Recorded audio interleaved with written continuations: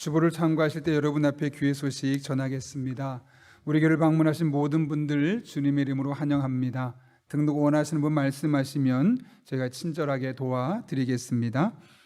아울러 말씀과 함께 철로 역정 계속해서 열왕기상 하고 있는데요, 적극적으로 따라와 주시기를 부탁드립니다. 코로나19 방역 지침이 내일부터 변화가 됩니다. 아직 교회에 대한 지침은 나오지 않아서 주중에 확인하는 대로 여러분들에게 문자로 안내 드리도록 하겠습니다.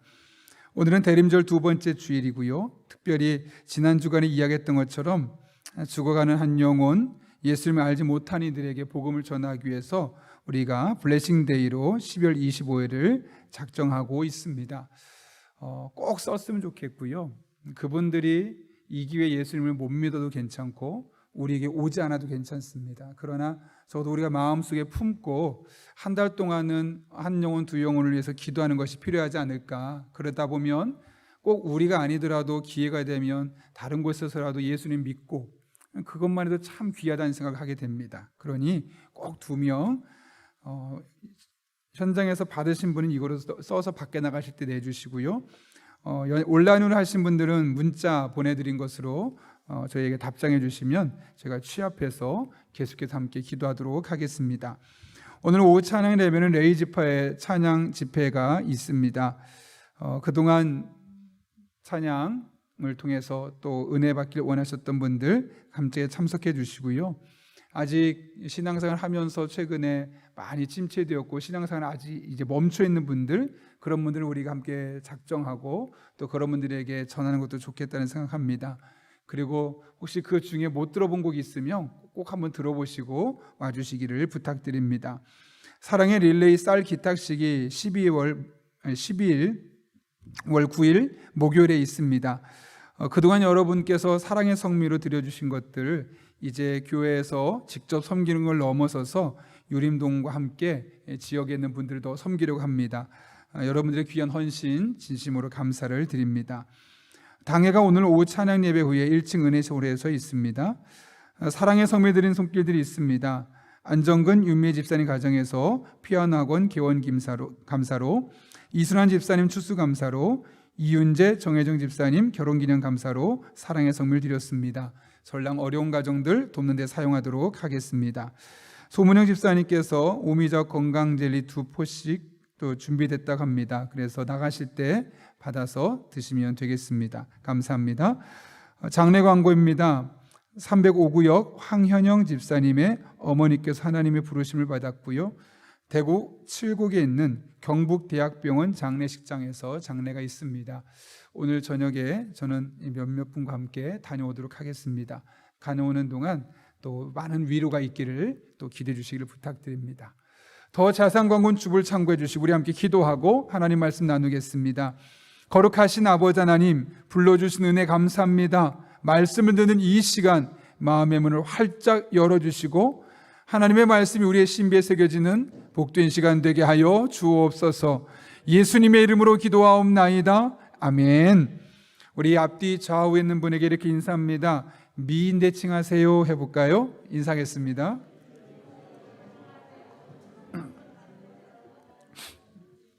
미소 짓기, 인사하기, 대화하기, 칭찬하기. 네.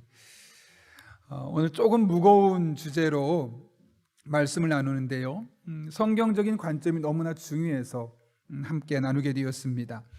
신방을 하다 보면 결혼 정년기를 둔 부모님들의 고민이 여간 아닙니다. 그것은 결혼에 대한 것으로 부모 입장에서 보면 결혼을 해도 고민이고 안 해도 고민입니다.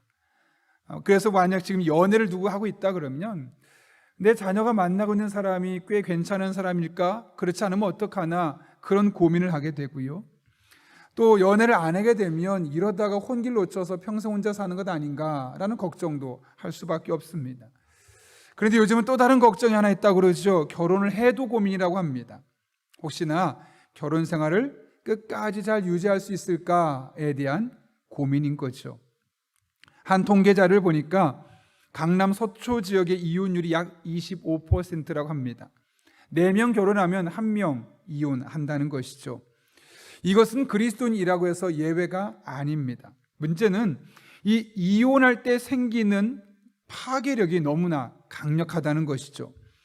최근에 예수님의 삶의 스타일이라는 책을 읽었는데요, 그 책에 보게 되면 이혼하신 분들 또 별거하신 분들을 회복하는 프로그램을 진행했던 한 분이 그 내용을 썼던 글이 있습니다. 이혼과 별거했을 때 그때 느낌이 어땠느냐, 감정이 어땠느냐, 단어들로 써봐라 라고 했더니 주로 이런 단어들이 나왔다고 합니다. 극심한 고통, 슬픔, 절망, 상처, 분노, 살인, 거절, 죄책감, 비통, 충격, 배신, 불안, 두려움, 외로움, 고독, 우울, 상심. 제가 일부러 이 단어들 계속 분석해 보니까 크게 두 가지로 나눌 수 있었습니다. 하나는 이혼을 결심하던 순간의 감정들로서 극심한 고통과 슬픔, 절망, 상처, 분노, 살인, 거절, 죄책감, 비통, 충격, 배신, 이런 단어들이 있겠고요. 또 하나는 이혼한 이후에 홀로 살아가면서 느끼는 감정들입니다. 불안, 두려움, 외로움, 고독, 우울, 상심. 제가 이 단어들을 보면서 이혼을 결심했던 순간부터 이혼하고 난 이후에 혼자 살아가는 그 과정까지 한 사람에게 이렇게 다양한 감정들이 존재한다는 사실을 보고 큰 충격을 받았습니다. 그리고 이런 단어들을 통해서 이혼은 인간이 살면서 경험할 수 있는 가장 극한의 고통에 해당될 수 있겠구나라는 생각을 하게 되었죠. 실제로 한 사람의 스트레스 지수를 검사하는 게 있습니다. 그랬더니 가장 스트레스가 높은 것이 100인데 언제 100이냐면 사별할 때입니다.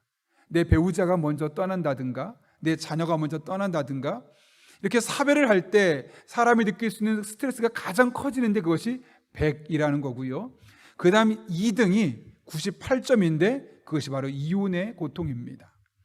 그만큼 이혼이라는 것은, 갈라진다는 것은 우리의 몸도 마음도 상처를 주고 우리를 힘겹게 만들 수밖에 없다는 것이죠. 문득 이런 생각이 들었습니다. 이혼의 경험이 정말 이토록 힘들고 고통스러운 것이라면 교회는 과연 이렇게 힘들어하는 사람들에게 어떤 역할을 할 수 있을까? 한국 교회는 전통적으로 이혼에 대해서 매우 부정적인 측면에서 보았습니다. 그래서 그 사람이 어떤 이유에서 결혼하게 되었는지 그 이유를 듣고 헤아리려 하기보다는 이혼한 사람이라는 낙인을 붙이는 경향이 너무나 컸습니다. 그리고 먼저 정죄했습니다. 잘못했겠지, 문제가 있겠지. 그래서 이혼한 사람들은 교회에서 숨 죽여 살거나 이혼했어도 그 사실을 누군가 알리지 못하고 혼자 또 다른 고통의 시간을 보낼 수밖에 없는 것이죠. 위로받고 힘을 얻어야 할 교회에서 또 다른 아픔을 겪을 수밖에 없는 겁니다. 그러나 교회는 절망 속에 있는 이들에게 희망이 되어야 합니다. 이혼을 비롯해서 다양한 인생의 고통을 겪고 있을 때 그들의 영혼을 치료하는 영혼의 안식처가 되어야 하며 회복과 치유의 공동체가 될 수 있어야 하는 것이죠. 그런 맥락에서 우리가 이혼에 대한 성경적인 명확한 관점을 가져야 합니다. 그렇지 않다면 교회는 여전히 교회 밖처럼 사람을 정죄하고 오히려 치료받고 위로받아야 될 공동체에서 상처받는 일이 나타나기 때문에 그렇습니다. 바라긴 오늘 말씀을 듣는 가운데 이혼에 대한 성경적인 관점을 확립하고 이혼하지 않은 사람들은 이혼한 사람들을 이해해 나아가며 이혼한 사람들은 하나님과 교회 공동체 안에서 위로와 힘을 공급받는 그런 복된 시간 될 수 있기를 예수님의 이름으로 축원합니다. 여러분, 성경은 이혼에 대해서 뭐라고 말씀할까요? 아니, 무엇보다 예수님은 이혼에 대해서 뭐라고 말씀하실까요? 오늘 본문은 예수님께서 이혼에 대해서 하신 말씀인데요, 31절에 보면 이렇게 말씀하십니다. 또 일렀으되 누구든지 아내를 버리려거든 이혼 증서를 줄 것이라 하였으나. 이 31절 말씀은 구약성경 신명기 24장 1절부터 4절까지의 말씀을 요약해서 말씀한 겁니다. 신명기 24장에 보면 이렇게 되어 있는데요, 제가 세 번역으로 1절만 읽겠습니다. 남녀가 결혼을 하고 난 다음에 남편이 아내에게서 수치스러운 일을 발견하여 아내와 같이 살 마음이 없을 때에는 아내에게 이혼 증서를 써주고 그 여자를 자기 집에서 내보낼 수 있습니다. 구약 성경에 의하면 아내를 맞이했는데, 결혼을 했는데 그녀에게서 수치스러울 만한 일이 발견되면 얼마든지 언제든지 이혼 증서를 써주면 그 자체로서 이혼이 끝나는 겁니다. 그럼 그녀는 이제 집으로 돌아가서 다른 사람과 재혼까지 할 수 있게 되었던 것이죠. 이처럼 신명기 24장은 그리스도인의 이혼뿐만 아니라 이혼하고 난 뒤에 재혼까지도 허용하고 있음을 볼 수 있는 겁니다. 여기서 문제는 수치스러운 일이 도대체 어디까지냐라는 부분이죠. 당시에 두 학파가 있었는데요. 하나는 샴마이 학파입니다. 이 사람들은 오직 음행을 범했을 때만 그것은 이혼의 사유가 된다라고 말하는 사람들이고, 또 하나의 학파는 힐렐 학파가 있습니다.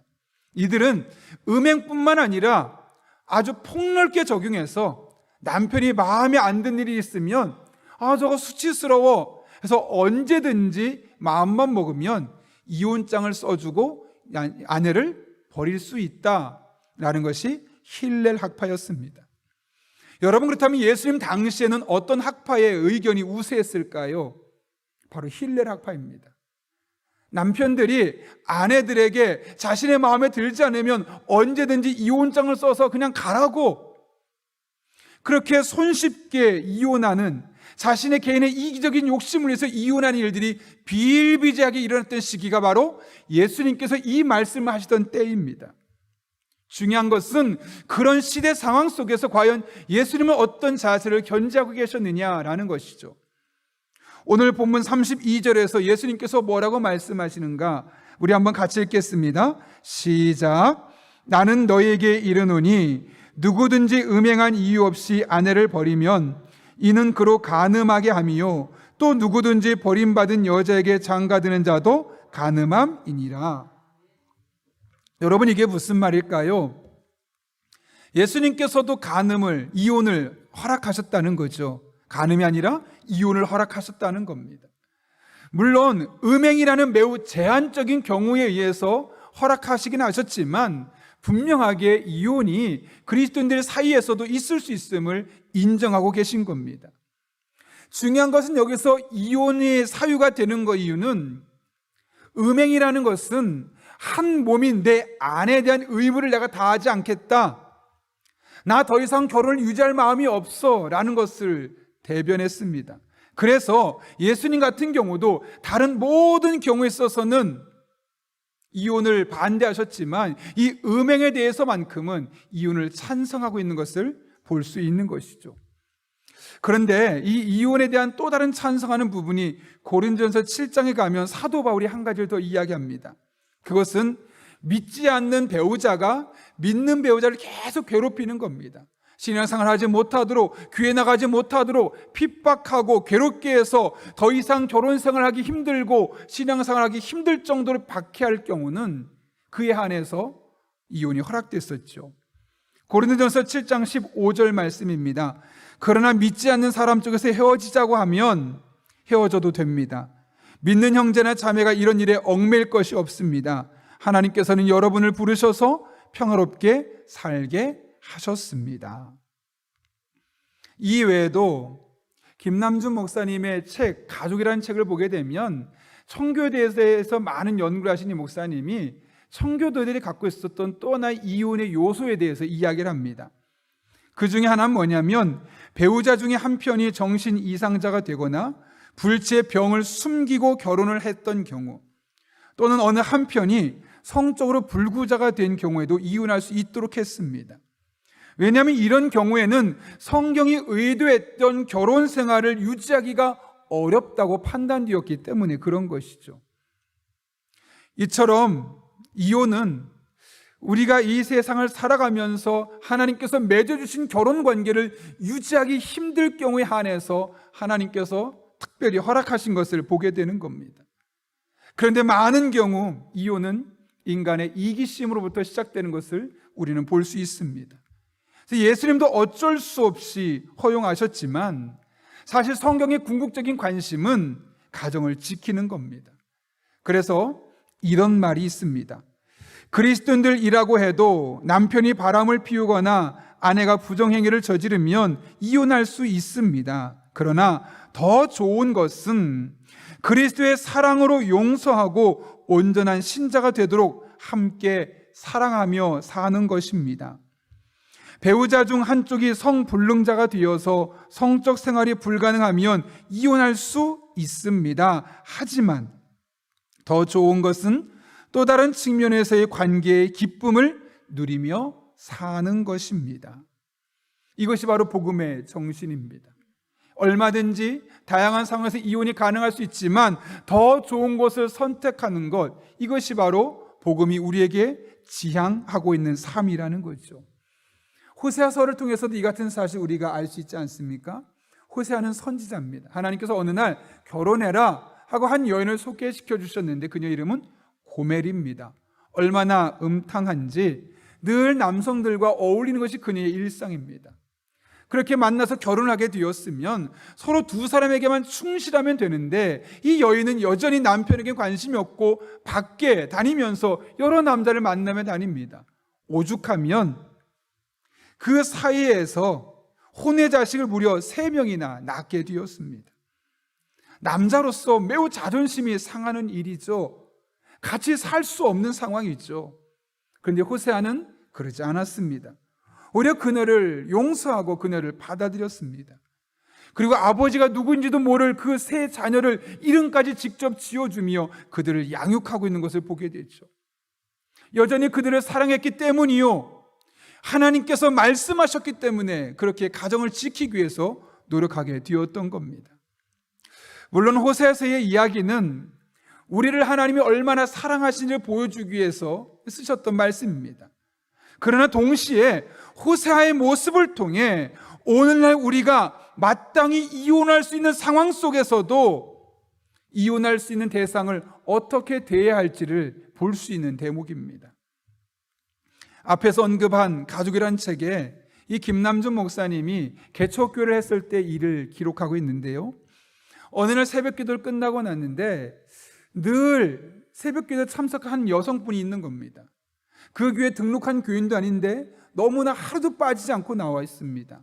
유난히 눈에 띄어서 도대체 무슨 일일까 관심을 갖고 있는데, 어느 날 새벽에 말씀을 전하고 앉아서 기도하고 있는데 인기척이 느껴져서 쳐다보았더니 그녀가 우물쭈물하다 마침내 이야기를 합니다. 목사님, 저에게 안수기도 좀 해주세요.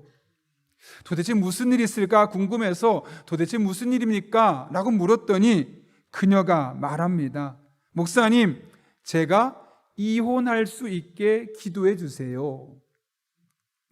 목사로서 그렇게는 할 수는 없어서 오히려 그녀를 위해서 계속해서 오랜 시간 기도해 주었다고 합니다. 그리고 나서 이제 밖으로 나가서 함께 마주 앉아서 그동안 그녀의 이야기를 듣는데, 그녀의 얘기를 다 들으면서 나 같아도 이혼할 수 있게 해달라고 기도할 수 있을 만큼 정말 그 남편이 너무나 못된 사람이었습니다. 매일 술 먹고 들어와서 집안의 살림을 다 집어던집니다. 아내 인격을 전혀 고려하지 않습니다. 폭력과 폭언을 통해서 마음과 몸에 상처를 입힙니다. 이것이 잠깐이면 상관없지만 결혼하고 수십 년을 그런 시간을 보내온 겁니다. 도무지 견딜 수 없었던 그녀는 이제 이혼할 수 있었으면 좋겠다, 쉽게 이혼할 수 없으니 또 두려우니 기도해서 하나님께서 이혼할 수 있게 만들었으면 좋겠다. 그래서 평상시에 교회도 안 다니던 그녀가 이혼하고 싶어서 교회를 나와서 새벽마다 기도했다는 겁니다. 놀라운 것은 그날 목사님을 만나고 나서 예수님을 영접하고 나서 다음 주에 교회를 등록하고 이제 목회적인 지도를 받으면서 은혜라는 것을 알게 되는 겁니다. 그때부터 공교롭게도 이 여성분의 남편이 뇌졸중으로 인해서 갑작스럽게 반신불수가 되었습니다. 어떻게 보면 그녀에게는 남편에게 복수할 수 있는 절호의 찬스, 하늘이 내려진 기회였습니다. 왜냐하면 그냥 도망가 버리면 되는 겁니다. 그럼 이 남편은 홀로 살다 결국 세상을 떠날 수밖에 없겠죠. 오랫동안 받았던 모욕과 멸시, 고통을 어떤 형태로든 되돌려줄 수 있는 좋은 기회였습니다. 그러나 하나님께서 그녀에게 은혜를 주시기 시작하니 복수의 기회가 오히려 사랑의 기회로 바뀌어버린 겁니다.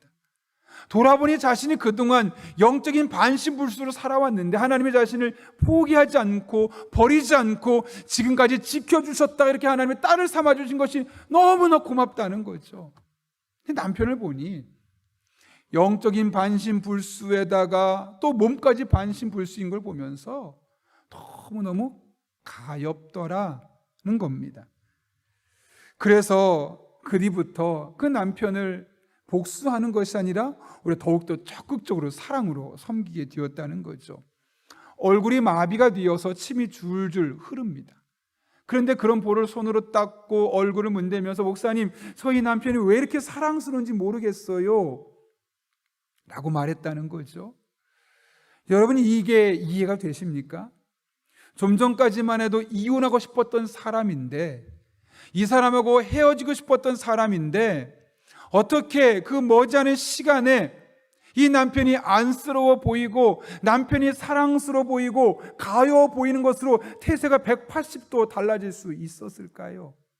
마음 먹는다고 될 수 있었을까요? 노력한다고 될 수 있었을까요? 그동안 적지 않은 시간 노력하지 않았겠습니까? 하나님의 은혜지요. 하나님의 눈으로 그를 바라보면서 그전에는 원망스럽고 나쁜 남자였는데 이제는 가엾고 사랑이 필요한 존재, 돌봄이 필요한 존재로 똑같은 사람을 똑같은 상황에서 보는데 보는 시각이 달라지게 된 겁니다. 은혜로, 하나님의 은혜로 자신의 마음의 상처를 이겨내고 이 상황을 볼 수 있었기 때문에 이런 일이 가능하게 되었던 것이죠. 물론 이런 극적인 일들이 항상 일어나지는 않습니다.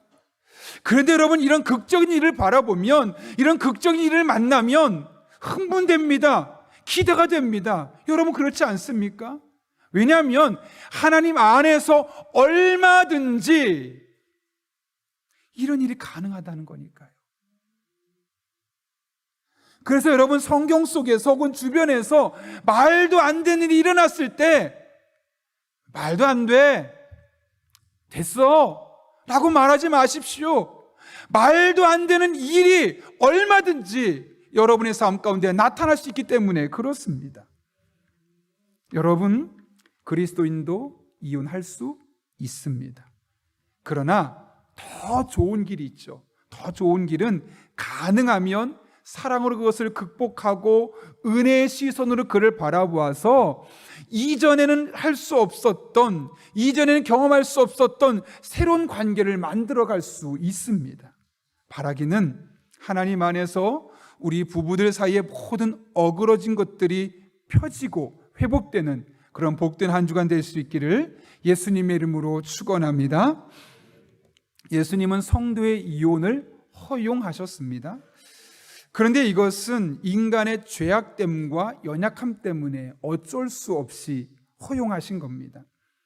오히려 예수님께서 궁극적으로 갖고 계셨던 생각은 결혼 자체를 소중하게 생각하고 부부가 하나가 되어서 행복한 관계를 만들어가는 것입니다. 여러분, 그런데 왜 가정이 깨어지는 것일까요? 결혼할 때 나 몇 년 뒤에 헤어져야지라고 마음 먹고 결혼한 사람은 아무도 없을 겁니다. 오랫동안 잘 살아야지, 행복해야지, 이런 마음으로 누구나 결혼하는데 왜 갈라지고 헤어지는 가정이 생기는 걸까요? 오늘 우리는 본문에서 그 이유를 찾을 수 있는데요, 31절과 32절 말씀 이렇게 기록되어 있죠.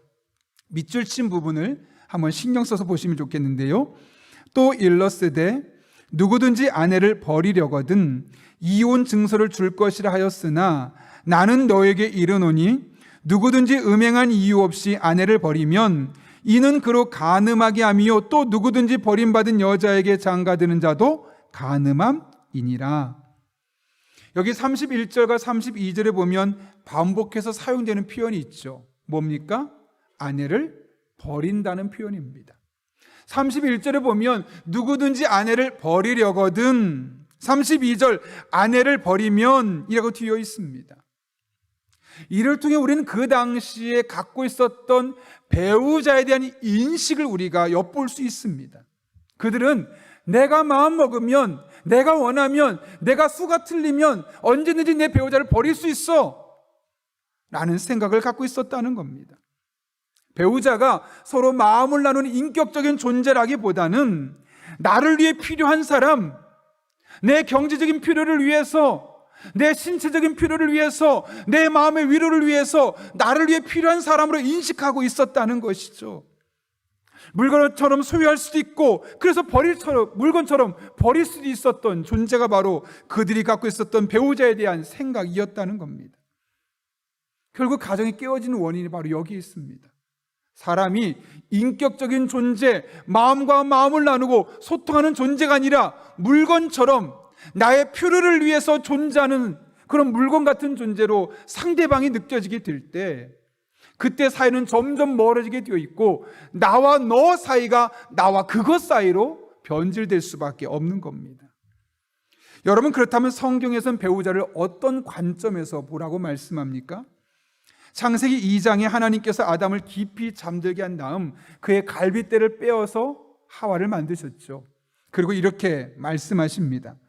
여호와 하나님이 이르시되 사람이 혼자 사는 것이 좋지 아니하니 내가 그를 위하여 돕는 배필을 지으리라 하시니라. 하나님은 돕는 배필로서 하와를 만드셨다고 분명히 말씀하십니다. 여기 돕는 배필이라는 말은 히브리어 원문을 보게 되면 에제르 케네그도인데, 에제르는 돕다, 케네그드는 그에 상응하다, 이런 뜻을 갖고 있습니다. 따라서 돕는 배필이라는 말은 그와 상응하여 돕는다는 겁니다. 만약 내 남편의 능력이 90 정도 되면 내가 10을 채워주는 거고, 내 남편의 능력이 60밖에 안 되면 내가 40을 채워주는 거고, 반대로 내 아내 능력이 50밖에 안 되면 내가 50을 채워주고, 내 아내 능력이 80밖에 안 되면 내가 20을 채워주고, 이렇게 서로 상대방의 부족한 부분을 채워주는, 이것을 일컬어 상응하여 돕는다는 겁니다. 그 사람의 수준에 맞게 부족한 만큼 채워줄 수 있는 것이 바로 배우자에게 있다는 겁니다. 그래서 여기서 남자가 여자를 일방적으로 돕는 것을 돕는 배필이라고 말한 것이 아니라 남자와 여자가 서로 같이 돕는 것을 일컬어 에제르 케네그도라고 원문은 번역하고 있는 것이죠. 남편은 내 아내에게 지금 부족한 점이 무엇인가 책 잡는 것이 아니라 그 약점을 담당하고 그 부족한 점을 내가 보충해 주고요. 아내는 남편을 돌아보며 그 남편의 모자란 점이 무엇인가를 고민하며 그 부분을 내가 어떻게 채워줄 수 있을까 고민하는 것, 상대방의 잘못된 것을 뜯어 고치는 것이 아니라 상대방이 연약한 부분, 부족한 부분을 내가 채워주어서 100이라는 숫자를 만들어갈 수 있게 하는 것, 이것이 바로 부부를 하나님께서 맺어주신 원인이라는 겁니다. 그럴 때 우리의 가정이 성경적인 가정이 될 수 있고, 그럴 때 우리 가정이 시간이 지날수록 더욱더 깊은 부부관계를 맺어갈 수 있는 겁니다. 여러분 혹시 탤런트 명세빈 씨 아시죠? 올해 47살인데요. 그녀가 2007년에 결혼했는데 5개월 만에 이혼을 했습니다. 제가 이때를 너무나 잘 아는데, 왜냐하면 이 당시에 제가 명세빈 씨를 교회에서 초청을 하려고 했었거든요. 그녀가 다니는 교회 부목사님이 저희 아는 형님이라서. 그런데 마침 그때 갑작스럽게 이혼 발표가 나면서 초청이 무산되어서 제가 그때 이야기를 잘 기억하고 있는데요. 그녀가 2007년 결혼하고 5개월 만에 이혼한 뒤에 정말 많은 시간을 보내면서 하나님의 은혜를 보게 되고, 이 결혼이 도대체 무엇이고 내가 왜 이혼하게 되었을까를 이제 깨닫게 되었던 겁니다. 그러면서 했던 간증이 있는데 제가 5분짜리로 짧은 거를 가져왔습니다. 우리 잠깐만 영상을 보고 나서 계속해서 말씀 나누도록 하겠습니다.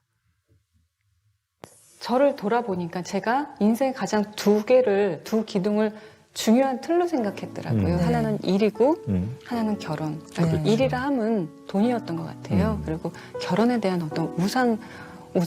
저의 큰 기둥이 기대, 뭐 약간 그런. 네, 저의 힘의 어떤 중심, 네. 기둥이라고 제가 표현을 하는데 그게 있었구나를 깨닫게 하시더라고요. 네. 그중 이제 하나가 결혼이라는 건데 네. 뭐 다 아실 테니까 제가 말씀드리는데 30한 중반? 그 30 중반? 이제 33, 4 이때였던 것 같아요. 저는 기억나요. 그때 이제 한 분을 믿음이 있으신 분이라고 한 분을 만났는데 그때 이제 항상 배우자 기도 많이 하고 있을 때잖아요.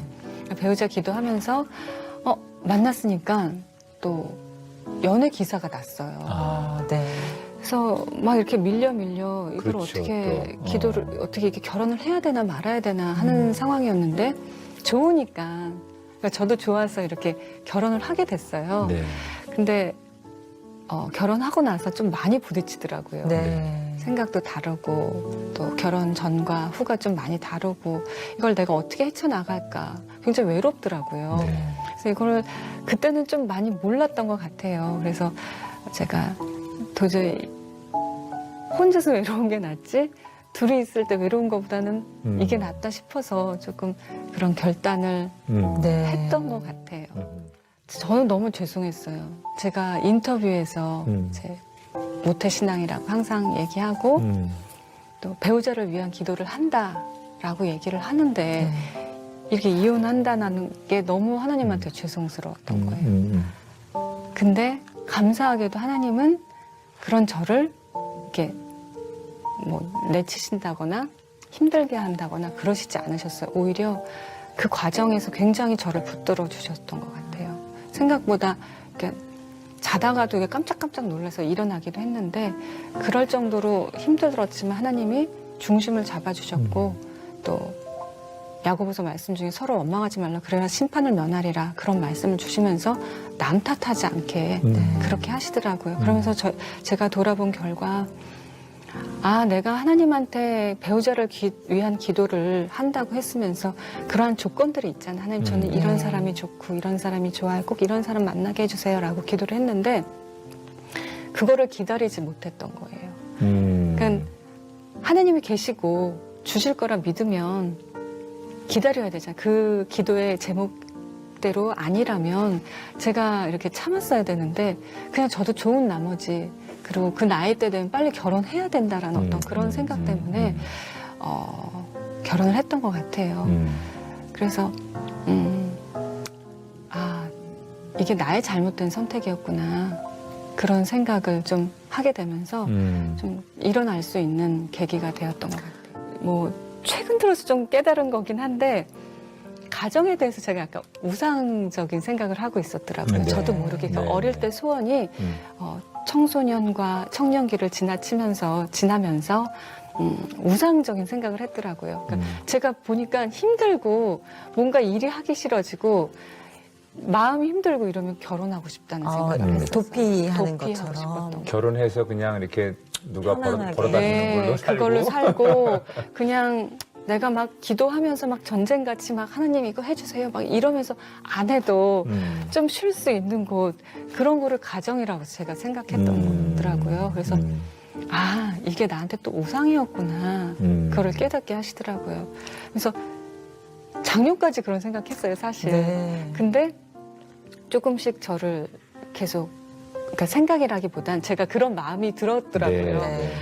그러면서 이제 변화시켜 주셨는데 이제 그 생각을 하게 하시더라고요. 가나안 땅이라는 게 딱 젖과 꿀이 흐르는 땅이지만 가서 우리가 정복하고 또 하나님 말씀으로 우리가 살면서 다스리면서 살아가야 되는 곳이 가나안 땅이잖아요. 하나님의 약속의 땅. 그러니까 결혼 생활도 가정 생활도 그런 가나안 땅처럼 분명히 좋은 거지만 내가 거기서 하나님 말씀으로 또 기도하면서 그런 가정을 꾸려. 네.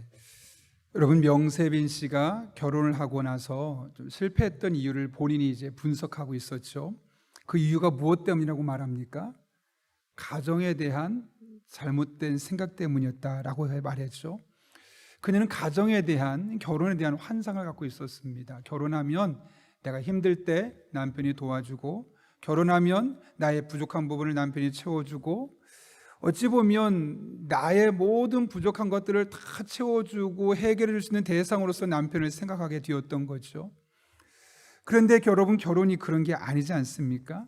결혼은 그런 것이 아니라 오히려 서로 부족한 사람들, 부족한 남자와 부족한 여자가 만나서 서로 상대방의 부족함을 함께 채워줄 때 그때 이 가정이 축복의 공간으로 바뀌어지게 되는 겁니다. 그런데 그것이 아니라 나 힘들어, 나 어려워, 당신은 나의 어려운 걸 도와줘야 돼, 해결해줘야 돼, 채워줘야 돼, 이렇게 일방적인 관계가 되어지면 서로 이제 갈등이 생길 수밖에 없는 겁니다. 내가 도와줘야 되는데 나만 도와달라고 계속 서로 하기 시작하면 그 방향이 잘못되었기 때문에 결국 깨질 수밖에 없는 것이고, 영적 안식처가 되어야 될 가정이 오히려 그들을 영적으로 불안하게 만들 수밖에 없는 겁니다. 그런 의미에서 내가 내 배우자를 어떤 시각으로 바라보느냐가 결국 나의 결혼 생활의 질을 좌우할 수 있습니다. 여러분은 여러분의 배우자를 어떤 눈으로 보고 있습니까? 여러분의 배우자가 내가 부족할 때, 힘들 때 나를 채워줄 사람입니까? 아니면 그 배우자를 보며 그 배우자의 연약함과 부족함을 내가 채우기 위해 존재한다고 생각합니까? 어떻게 보면 같은 말일 수 있지만 엄밀히 말하면 다릅니다. 누구의 관점으로 바라보느냐죠. 도움을 받을 대상이냐, 도와줘야 될 대상이냐, 이 생각에 따라서 똑같은 사람들임에도 불구하고 가정이 전혀 다른 공간이 될 수 있는 겁니다. 성경은 우리가 서로 간에 돕는 배필이라고 말합니다. 도움을 받는 배필이 아니라 서로 돕는 배필이라고 분명히 말씀하셨습니다. 따라서 우리가 이 사실을 늘 기억하며 도움을 받으려 하기보다는 나의 아내, 나의 남편의 부족한 점을 채워주려 할 때 우리 가정은 영적인 안식처가 될 것이고, 우린 그 안에서 진정한 결혼의 만족감을 누리며 살아갈 수 있게 될 것입니다.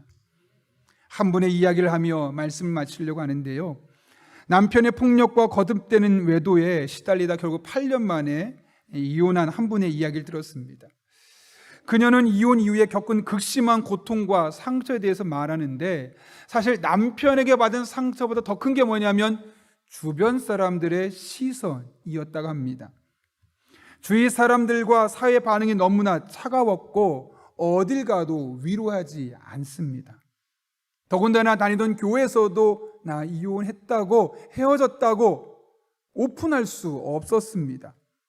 가장 가까웠던 구역장에게 이야기를 했지만 전혀 이해받을 수 없었고 오히려 비난하는 듯한 시선을 바라보며 또 다른 마음의 상처를 입었다는 것이죠. 그런데 여러분, 우리가 좀 전에 보았던 명세빈 씨는 강남에 있는 기쁜 소식 교회를 다니고 있습니다. 그 당시에 300~400명 정도 되는 교회로 제가 기억하고 있는데요, 그 자매가 이혼하고 나서도 그 교회에서 잘 정착하며 다닐 수 있었다는 것, 저는 그 사실이 참 은혜가 되었습니다.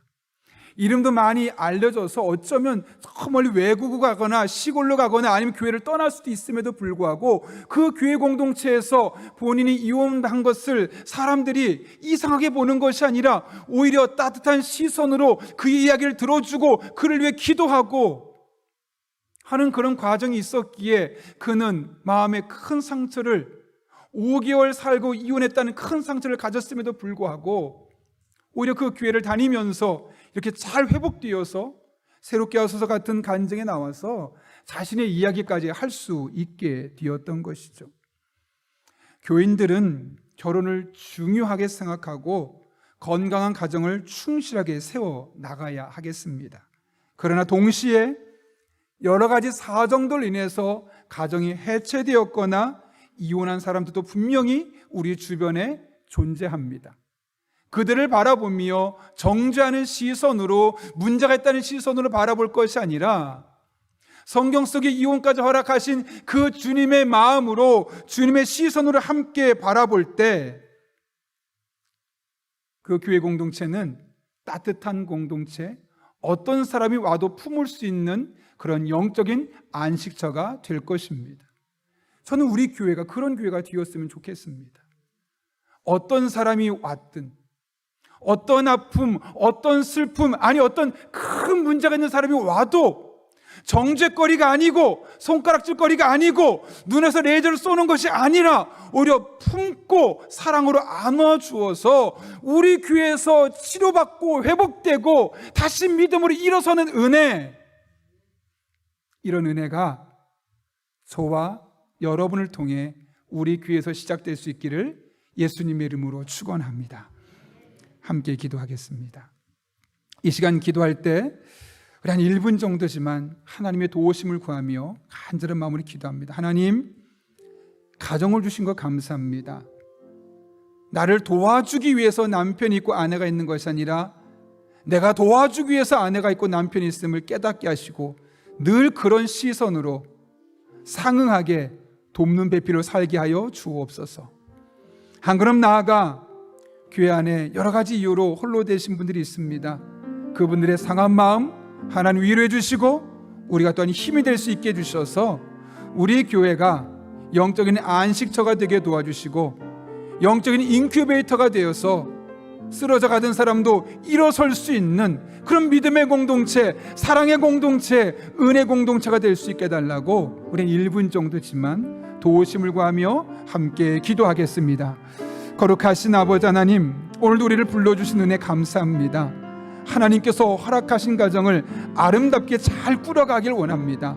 하나님, 나의 배우자를 나를 위해 존재하는 도구로 보지 않게 하시고 오히려 배우자를 위해 내가 존재하오니 내가 돕는 배필로서 하나님 주신 힘과 능력과 재능으로 아름답게 섬길 때 우리 성도들의 가정이 행복한 가정 되게 하여 주옵소서.